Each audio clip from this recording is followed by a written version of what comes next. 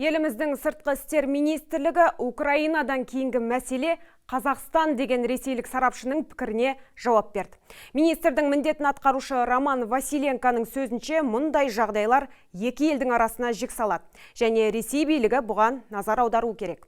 Сонымен еліміздегі Ресейдің елшісінен сұрау алына ма? Депутаттар не дейді? Жалғас Зейнолла білді. Ресейлік шолақ белсенділердің шымбайға тиюі шамадан асып барады. Жириновский, Никонов, Федоров, Симонян, Киосаян, Затулин, енді міне Драбницкий шықты. Шықты да Ресейдің мемлекеттік телеарнасынан тікелей эфирде былай деді. Там тоже могут начаться те же самые, извините, нацистские процессы сейчас на Украине.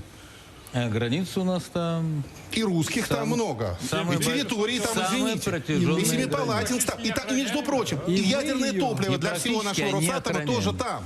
Еліміздің сыртқы істер министрінің міндетін атқарушы Роман Василенко мұндай айтқыштардың көзқарасынан екі елдің әріптестігіне залал келуі мүмкін екенін жасырмады. Такие заявления наносят ущерб. Мұндай сөздер Ресей мен Қазақстанның қарым-қатынасынан нұқсан келтіреді.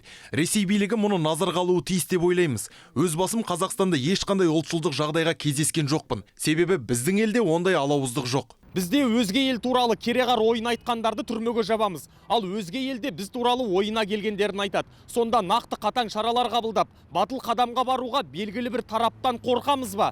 Дәл осы сұрақ мәжілістің төрағасы Ерлан Қошановқа қойылды. Біз Ресейге тәуелді емеспіз, біз Ресейден қорықпаймыз, біз терезесі тең егеменді мемлекетпіз. Ол жерден біздің тарапымызға деген заң бұзушылық болатын болса, ол біздің бас прокуратура арқылы әрине олардың бас прокуратурасына сондай талаптар жолданатын болады. Бірақ бас прокуратура мәселені қарау үшін біреу шағым түсіруі керек. Депутат Елнұр Бейсенбаев бұл міндетті өз мойнына алуға дайын екен.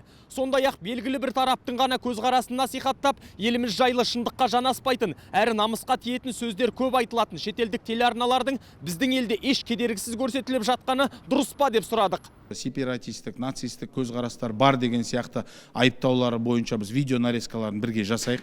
Мен депутаттық сауалды біздің бас прокурорға жолдайын.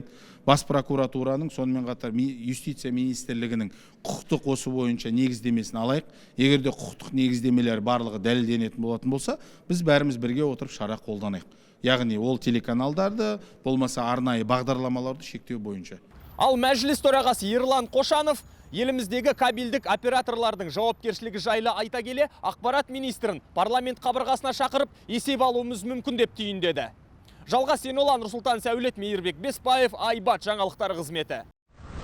Жаңалықтарымызды Айбат YouTube каналымыздан көре аласыздар. Сонымен қатар Instagram, Facebook және Telegram парақшаларынан оқи аласыздар.